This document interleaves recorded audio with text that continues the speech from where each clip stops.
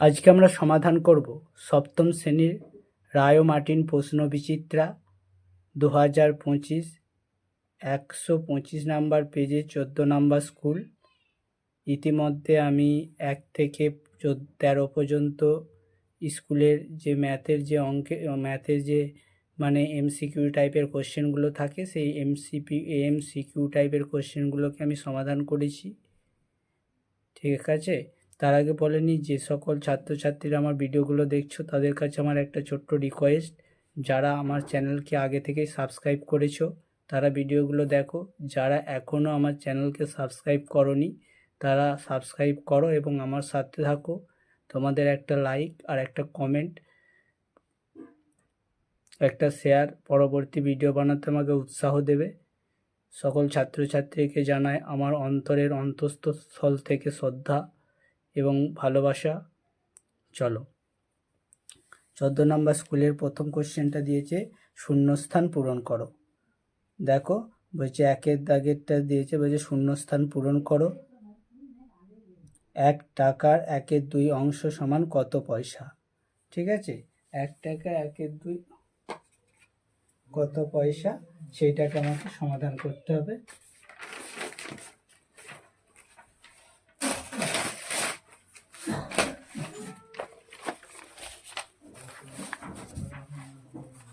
দেখো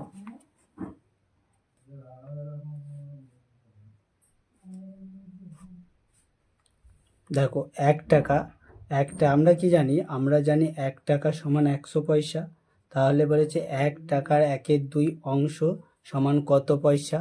1 টাকার 1/2 অংশ সমান, দেখো আমরা জানি 1 টাকা সমান 100 পয়সা, তাহলে 100 ইন্টু 1/2। দেখো 2কে যদি 100 দিয়ে কাটি তাহলে হচ্ছে 50 হচ্ছে। তা 2কে হচ্ছে 100 দিয়ে কাটলে 100কে 2 দিয়ে কাটলে 50 হচ্ছে, তাহলে আমার হচ্ছে 50 পয়সা। বুঝতে পেরেছো? তাহলে অতএব 1 টাকার 1/2 অংশ সমান 50 পয়সা। বুঝতে পেরেছো? এটা আমার অ্যান্সার। তারপরে দেখো 2-এর কোশ্চেনটা কি বলেছে, বলে যে 2 পয়সা 1 টাকার কত অংশ। তাহলে চলো সমাধান করি। তাহলে দেখো আমরা জানি 2 পয়সা 1 টাকার কত অংশ, তাহলে আমরা জানি 1 টাকা সমান কত পয়সা, 1 টাকা সমান 100 পয়সা। বুঝতে পারলে? তারপরে দেখো অ্যান্সারটা, তার মানে 2 পয়সা 1 টাকার কত, তার মানে 2/100। যদি কাটাকাটি করা হয় তাহলে 2 দিয়ে যদি 100কে কাটা হয় তাহলে হচ্ছে উপরে 1 আর নিচে 50। তাহলে দেখো আমার কত উত্তরটা বেরোলো 1/50। বুঝতে পারলে? এটা হচ্ছে সঠিক উত্তর। দেখো 2 টাকার 2 পয়সার 1 টাকার 1/50 অংশ। বুঝতে পারলে? তারপরে দেখো 3-এর কোশ্চেনটা কি বলেছে, 3-এর কোশ্চেনটা বলেছে শূন্যস্থানটা পূরণ করতে হবে। ঠিক আছে, 10 মাইনাস ইন্টু 4 ইকুয়াল টু শূন্যস্থান যে অংশটা আছে সেটা আমার কত হবে সেইটাকে আমাকে পূরণ করতে হবে। চলো দেখো আমি এখানে কি করেছি, আমি এখানে এক্স ধরে নিয়েছি। বুঝতে পেরেছো? আমি এখানে যে শূন্যস্থানের জায়গাটা রয়েছে সেখানে এক্স ধরে নিয়েছি।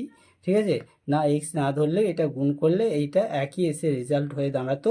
দেখো আমি এক্স ধরেছি বলে আমার এইটা হয়েছে, কিন্তু যদি এক্স নাও ধরতাম তাহলে দেখো কি হতো, এইটা রয়েছে তোমার, এটা এক্স যদিও নাও ধরতাম তাহলে 10 ইন্টু 4, তাহলে এটা গুণ করলে এদের কী হলো, গুণের সময় 4 10 40, কারণ এখানে মাইনাস আছে আর এখানে হচ্ছে প্লাস কিছু নেই মানে প্লাস আছে, তাহলে প্লাসে মাইনাসে মাইনাস হয়ে গেল। আর এদের গুণফলটা কত বসলো, এদের গুণফলটা বসলো -40, কারণ আমি এক্স ধরে নিয়েছি। ঠিক আছে, কারণ এরমভাবে করে ক্যালকুলেশন করেছি, তা এরমভাবে করেও করা চলবে, এরমভাবে করেও করে দিয়েছি।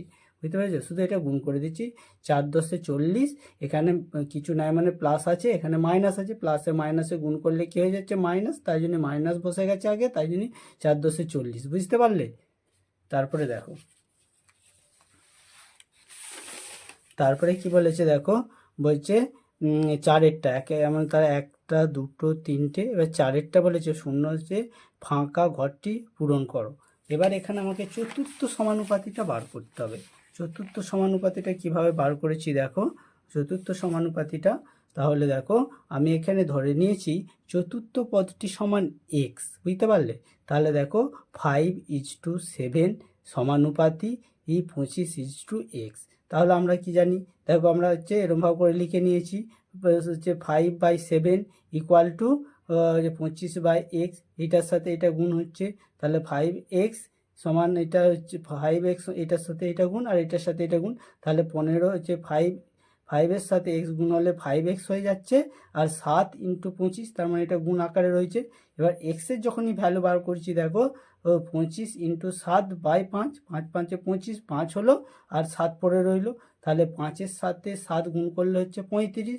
তাহলে দেখো অতএব হচ্ছে 5:7 সমানুপাতি 25:35, অর্থাৎ চতুর্থ সমানুপাতিটা হচ্ছে চতুর্থ পদটি সমান, অতএব চতুর্থ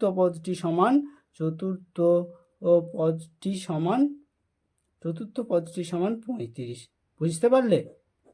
এইটা হচ্ছে সঠিক উত্তর, কারণ এখানে হচ্ছে আমার উত্তরটা হচ্ছে 35, এই জায়গায় হচ্ছে এটাই। বুঝতে পেরেছো? দেখো এটা আমার সঠিক অ্যান্সার, এই অ্যান্সারটা আমার সঠিক।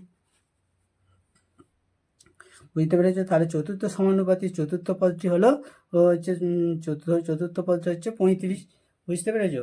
তারপরে দেখো, তারপরে আমার হচ্ছে এবার 5-এরটা করবো, 1-এর দাগের 5-এরটা বলছে একটা আদুলি একটা 1 টাকার মুদ্রার মূল্যের অনুপাত। তাহলে দেখো আমি অঙ্কটা একটু সমাধান করি। তাহলে দেখো আমরা কি জানি, আমরা জানি একটা হচ্ছে, আমরা জানি দেখো, আমরা জানি একটা আমরা জানি একটি আদুলির মূল্য হচ্ছে 50 পয়সা, কারণ আদুলির মূল্য হচ্ছে 50 পয়সা, আর একটি 1 টাকার মুদ্রার মূল্য হচ্ছে কত, 100 পয়সা। তাহলে একটি আদুলি ও একটি 1 টাকার মুদ্রার মূল্যের অনুপাত হচ্ছে 50:100 সমান 1:2। বুঝতে পেরেছো? এইটাই উত্তর হবে। তারপরে দেখো এখানে কি বলেছে, যে 5t⁻0 সমান কত, এটা 1 হবে, ঠিক আছে। তারপরে বলেছে দেখো দেখো 5t⁻0 সমান 1, এই যে এখানে করে দিয়েছি। তারপরে যে সমবাহু ত্রিভুজের প্রতিটি কোণের মান কত, সমবাহু ত্রিভুজের প্রতিটি কোণের মান হচ্ছে 60 ডিগ্রি। বুঝতে পারলে? তারপর হচ্ছে এক সরল কোণ, আমরা হচ্ছে এটা করলো 1-এর দাগের 6-এরটা করলাম, এটা 1-এর দাগের 7-এরটা, এটা 1-এর দাগের 6-এরটা, এবার 1-এর দাগের 8-এরটা হচ্ছে এক সরল কোণ সমান কত সমকোণ। আমরা কি জানি, আমরা জানি এক সরল কোণ সমান 180 ডিগ্রি আর এক সমকোণ সমান 90 ডিগ্রি। তাহলে এক সরল কোণ সমান হচ্ছে 2 সমকোণ। বুঝতে পারলে? চলো, যারা যারা আমার ভিডিওটা দেখছো তাদের কাছে আমার একটা ছোট্ট রিকোয়েস্ট, আমার চ্যানেলটাকে সাবস্ক্রাইব করো। তোমাদের একটা লাইক একটা কমেন্ট আমার পরবর্তী ভিডিও বানাতে উৎসাহ দেবে।